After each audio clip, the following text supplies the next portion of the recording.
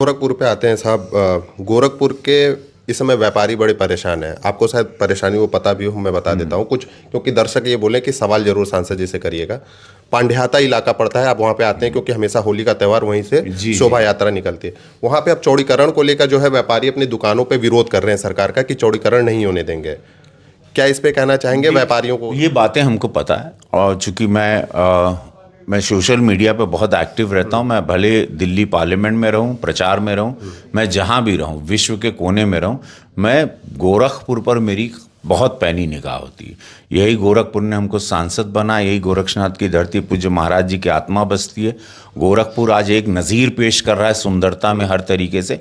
नमस्कार, गोरखपुर लाइव देख रहे हैं आप। आपके साथ में हूं नीतीश गुप्ता और हमारे साथ मौजूद हैं सांसद रवि किशन जी। पहले बहुत बधाई, दिल्ली उल्ली का पूरा हर चीज निपटा के जितवा उतवा के आ गए।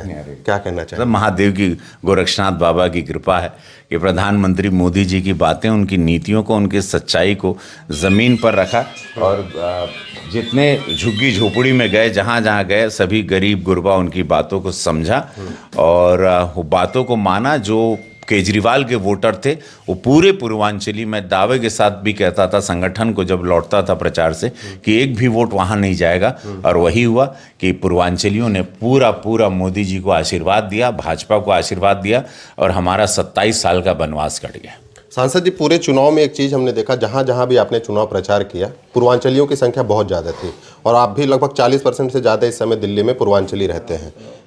आप जब वहाँ पे प्रचार प्रसार कर रहे थे, केजरीवाल तक की सीट नहीं बची, सिसोदिया जी अपनी खुद की सीट नहीं बचा सके, आपका फोकस किस पे रहा? केवल पूर्वांचलियों पे, या खासकर क्योंकि ये माना जाता था वहाँ जात पात धर्म वर्म नहीं चलता, लेकिन उसके बाद इतनी बहुमत से सीट लाना काफ़ी जो है। नहीं, हमको उनके भ्रष्टाचारों को लाना था, और हम सबसे कहते थे एक ही बात कि सबके मौका देला हो, ए माई हो बाबा हो, हमारे मोदी जी के एक मौका ना देबा का, ना देबू का, बस इतनी। एंड में हमारे हर भाषण में एक मौका तो देगा। कांग्रेस के 15 साल, केजरीवाल जी के 10 साल, हमनी के का, मोदी जी के हमारे एक मौका नहीं मिली का। मुफ्त में अनाज से लेके प्रधानमंत्री आवास, शौचालय, गांव में प्रधानमंत्री सड़क, किसान खाता में पैसा, इलाज में 10 लाख रुपया दिल्ली में दे रहे हैं, 2,500 रुपया बहिनी के खाता में मिली। तो इसके बाद हम एंड में ज़रूर ये बोलते थे अपनी सभा ख़त्म करने के बाद, और हज़ारों भीड़ आती थी हमको देखने। तो मैं, सब लोग कहते थे अरे वो तो उनके देखे खातिर भीड़ आवता। केजरीवाल की टीम कहती थी अरे वो तो हीरो को देखने लोग आता है, लेकिन उनको मालूम नहीं कि मैं 17 से प्रचारक हूँ पार्टी का, आज से नहीं हूँ।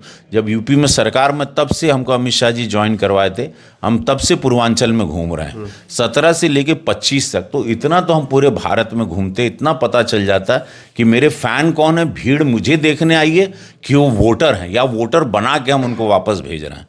और क्या बातें मैं करूँगा, मेरे बोलने, मेरा इंतज़ार तो करो, मैं अपनी बातें क्या रखूँगा। मैं बड़ी अलग से बातें रखता हूँ, मैं भोजपुरी में बोलता हूँ, मैं सरलता सहजता से बोलता हूँ, और उसमें आक्रोश भी होता, आवेश भी होता, गुस्सा भी होता, तिरस्कार भी करता हूँ, धिक्कारता भी हूँ कि यही तू लोगन वोट दे के ओके जीतैले, और आज कीड़ा मकोड़ा की जिंदगी आप लोग तू तड़ाक वाले इन्वायरमेंट में का हो वाला हिसाब से। हाँ, वो देखिए, वो सत्य है। हमनी भोजपुरिया लोग हैं हम, और गर्व बा आज में हमार पहचाना भोजपुरी बा। मुझे कोई शर्म नहीं आती, मुझे 9 भाषा आती, लेकिन मैं पहली भाषा प्रेफर करता हूँ भोजपुरी में बोलने की। और यही पूरा देश मुझे इसीलिए जानता है। तभी हम बोले जिंदगी झंड बा, केजरीवाल के शीश महल बना के कोने बात के घमंड बा, वो सब भैया भैया भैया। अच्छा, केजरीवाल का स्कूल वाला जो हिसाब है वो काफ़ी चर्चा में रहा है, हर जगह उसको सराहना भी मिली है।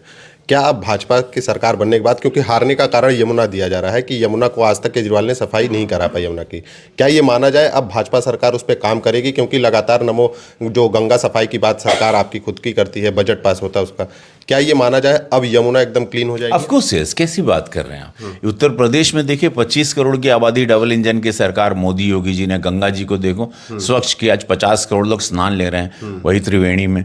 वो यमुना जी 2-2.5 करोड़ की आबादी दिल्ली है यार। मोदी जी ने गुजरात मॉडल सेट किया है। मोदी जी 15 राज्यों में आज हमारी इंडिपेंडेंट सरकार है, कुल एनडीए के साथ 23 से 24 राज्यों में हम लोगों की सरकार है। आप हम लोग का रूल मॉडल देखिए ना। प्रधानमंत्री जी की सोच बहुत दूरदृष्टा सोच है, दिन रात काम करते हैं, उनके जीवन में कुछ नहीं, राष्ट्र सर्वोपरि। दिल्ली उनका घर है, वहीं मकान है, घरे से निकला, वहाँ सरकार नहीं थी अपनी। अब देखिएगा पहली कैबिनेट बैठक के बाद, अब देखिएगा अद्भुत ऐतिहासिक निर्णय होगा। 3 साल के अंदर यमुना जी अद्भुत, और वहाँ पे रिवर फ्रंट बनेगा, वहाँ पे लोग टूरिज्म में जाएंगे, वहाँ छठ माई पे सब हमारे बिहारी लोग जाके भोजपुरिया पूर्वांचलिया लोग वहाँ पे स्नान करेंगे। केजरीवाल जी को भी वहाँ डुबकी लगवाएंगे 3 साल बाद। ठीक है, अब जो पूरे विश्व में चर्चा का विषय बना है वो महाकुंभ, सबकी नज़रें जो है पूरे विश्व की, बड़े से बड़े अंतर्राष्ट्रीय मीडिया की भी बात करें तो वो महाकुंभ पे नज़रें टिकाई हुई हैं। भगदड़ हो गया सांसद जी, आपने भी देखा उसमें कई लोगों की मौतें हो गई। क्या लग रहा है, ये स्वाभाविक था, ये इतनी भीड़ के नाते वहाँ की जो प्रशासन है वो काबू नहीं कर पाई, या फिर कुछ और? पहली बात तो उन मौतों पर बहुत दुख है, जो भी मृत्यु हुए जैसे भी हो उस पीड़ा को हम महसूस करते हैं और सबने महसूस किया। सरकार ने 25 लाख रुपया मुआवजा भी बोला वो, लेकिन उसकी भरपाई नहीं होगी, वो सब जानते हैं, मोदी जी भी योगी जी भी। लेकिन दूसरी एक सवाल ये भी उठता है, वहाँ के जो लोगों ने देखा उन लोगों की बातें, उन लोगों के बयान भी आए हैं कि कुछ 10-15 लड़के चिल्लाते हुए अंदर घुसे और बैरिकेड को हिलाने लगे और माहौल को गड़बड़। नहीं तो सब कुछ स्मूथ चल रहा था, 2-2 करोड़ लोग रोज आ रहे हैं, 2.5 करोड़ लोग हो जा रहे हैं, उसके बाद भी आए लेकिन भगदड़ नहीं हुई। उस रात किसने ये योजना बनाई कि 50 करोड़ लोग स्नान कर लिए और ये एक दाग लगाने का प्रयास रोज किया जा रहा था। ये भी एक बहुत बड़ा सवालिया निशान बनता है कि कौन उस सनातनी डुबकियों से किसको पीड़ा हो रही थी, किसका भविष्य राजनीतिक अपना अंधेरे में दिखाई दे रहा था, किसने इसको स्पॉन्सर्ड किया या नहीं किया। ये भी एक जांच का विषय है और उस पर जांच बैठी और बहुत जल्दी दूध का दूध और पानी का पानी होगा। गोरखपुर पे आते हैं साहब, गोरखपुर के इस समय व्यापारी बड़े परेशान हैं, आपको शायद परेशानी वो पता भी हो, मैं बता देता हूँ कुछ, क्योंकि दर्शक ये बोले कि सवाल जरूर सांसद जी से करिएगा। पांड्याता इलाका पड़ता है, आप वहाँ पे आते हैं क्योंकि हमेशा होली का त्यौहार वहीं से शोभा यात्रा निकलती है। वहाँ पे अब चौड़ीकरण को लेकर जो है व्यापारी अपनी दुकानों पे विरोध कर रहे हैं सरकार का कि चौड़ीकरण नहीं होने देंगे।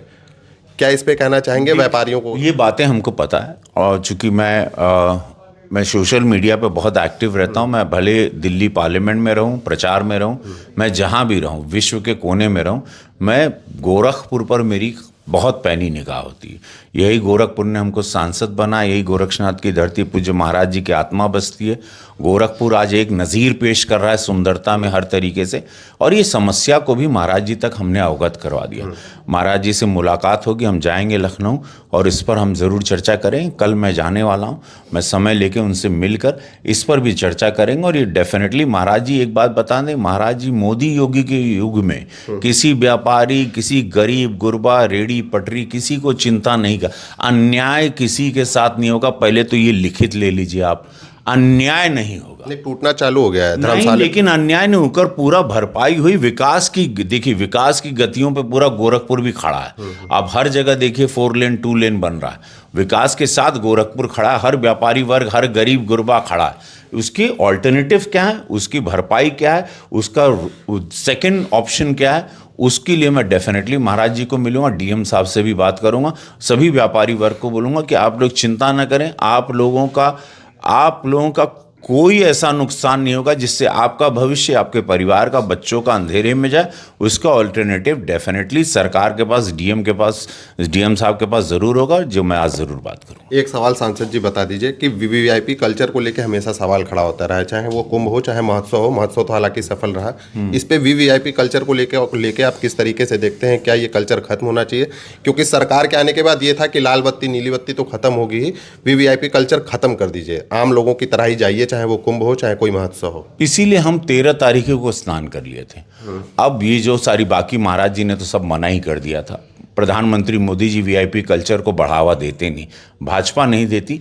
बाकी इस तरह से महाराज जी ने तो स्ट्रिक्टली पूरे प्रयागराज में कह दिया था कोई भी वीआईपी, कोई एंटरटेनमेंट नहीं दिया। दिल्ली की सत्ता पे ये माना जाए कोई भोजपुरी समाज का ही आदमी विराजेगा। अब महादेव की जो कृपा रही पूर्वांचलियों ने किया है, वो लोग इसी में खुश हैं कि मोदी जी आ गई ना हो, बस वो सूत्रों की माने तो 20 साल से ज़्यादा भाजपा वहाँ पे ये सोच रही है कि अब हमको रहना है तो कुछ ऐसे ही व्यक्ति को वहाँ बैठाना है जो एकदम माहौल बनाया रहे।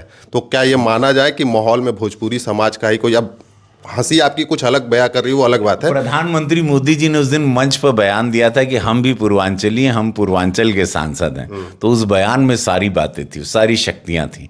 अब वही खुद पूर्वांचली हैं, तो हम लोगों के संरक्षक, हमनी के सर्वे सर्वा प्रधानमंत्री मोदी जी वाड़न, तो चिंता की कोई बात नहीं है, जो भी होगा अच्छा होगा। सुई आप पे भी टिकी है, कई लोग अरे वो कहाँ मरवई ये इनकर काम है ऐसे बात। चलिए, ये थे हमारे साथ सांसद रविकिशन जी, जिनका साफ कहना था कि दिल्ली पे कोई भी बैठेगा, सबकी नज़रें फिलहाल वहीं पे टिकी हैं, कुछ देर और इंतजार करिए। धन्यवाद।